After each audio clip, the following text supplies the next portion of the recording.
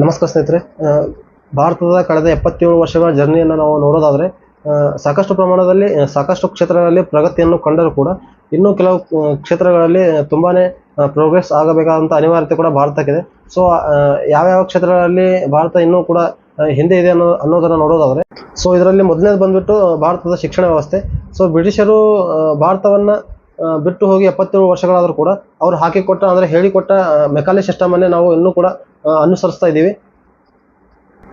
So ಈ Macaulay ಶಿಕ್ಷಣ ಪದ್ಧತಿ ಭಾರತದ ಮೇಲೆ ಯಾವ ರೀತಿಯಾಗಿ ಪ್ರಭಾವ ಬೀರಿದೆ ಅಂದರೆ, ವೆಸ್ಟರ್ನ್ ಇನ್ಫ್ಲುಯೆನ್ಸ್ ನಮ್ಮ ಭಾರತ ಶಿಕ್ಷಣ ಪದ್ಧತಿ ಮೇಲೆ ತುಂಬಾ ಇದೆ. ಸೊ ಕಾಲಕ್ಕೆ ತಕ್ಕಂತೆ ಶಿಕ್ಷಣ ವ್ಯವಸ್ಥೆಯಲ್ಲಿ ರಿಫಾರ್ಮ್ಸ್ ಮತ್ತು ಲಾಸ್ಗಳನ್ನು ತರದೆ ಇನ್ನೂ ನಾವು ಹಳೆಯ ಪದ್ಧತಿಯನ್ನು ಅನುಸರಿಸಿಕೊಂಡು ಹೋಗ್ತಾ ಇರೋದು. ಸೊ ನಮ್ಮ ಶಿಕ್ಷಣ ವ್ಯವಸ್ಥೆಯಲ್ಲಿ ಥಿಯರಿಗೆ ಜಾಸ್ತಿ ಒತ್ತು ಕೊಡ್ತಾರೆ ಹೊರತು ಪ್ರಾಕ್ಟಿಕಲಿ ಅಥವಾ ಸ್ಕಿಲ್ ಬೇಸ್ ಎಜುಕೇಷನ್ ನಾವು ಇನ್ನೂವರೆಗೂ ಕೊಡ್ತಾ ಇಲ್ಲ. ಸೊ ನಾವು ನಮ್ಮಲ್ಲಿ ಎಜುಕೇಷನ್ಗೆ ಒಂದು ನೌಕರಿಗೆ ಸೀಮಿತ ಮಾಡಿಬಿಟ್ಟಿದ್ದೀವಿ.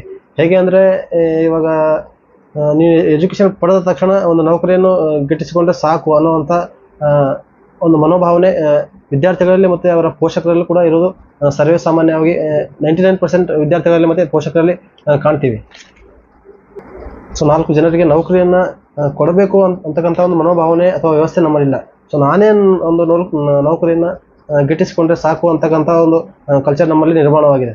ಸೊ ಅನೇಕ ಮುಂದುವರಿದ ರಾಷ್ಟ್ರಗಳಲ್ಲಿ ನೋಡೋದಾದರೆ, ಚೈನಾದಲ್ಲಿ ಅಫಿಷಿಯಲ್ ಲ್ಯಾಂಗ್ವೇಜ್ ಆಗಿಬಿಟ್ಟು ಚೈನೀಸನ್ನು ಬಳಕೆ ಮಾಡಿದರೆ ಜಪಾನಲ್ಲಿ ಜಪಾನೀಸ್ ಲ್ಯಾಂಗ್ವೇಜನ್ನು ಬಳಸಲಾಗುತ್ತೆ. ಸೊ ಭಾರತದಲ್ಲಿ ನೋಡೋಕೆ ಹೋದರೆ ಇಂಗ್ಲೀಷ್ ಅಂದರೆ ಇಂಗ್ಲೆಂಡಿಂದ ಬಂದಂಥ ಇಂಗ್ಲೀಷನ್ನು ನಾವು ಬಳಸ್ತೀವಿ, ಅಂದರೆ ಅಫಿಷಿಯಲ್ ಲ್ಯಾಂಗ್ವೇಜ್ ಆಗಿ ಯೂಸ್ ಮಾಡ್ತೀವಿ.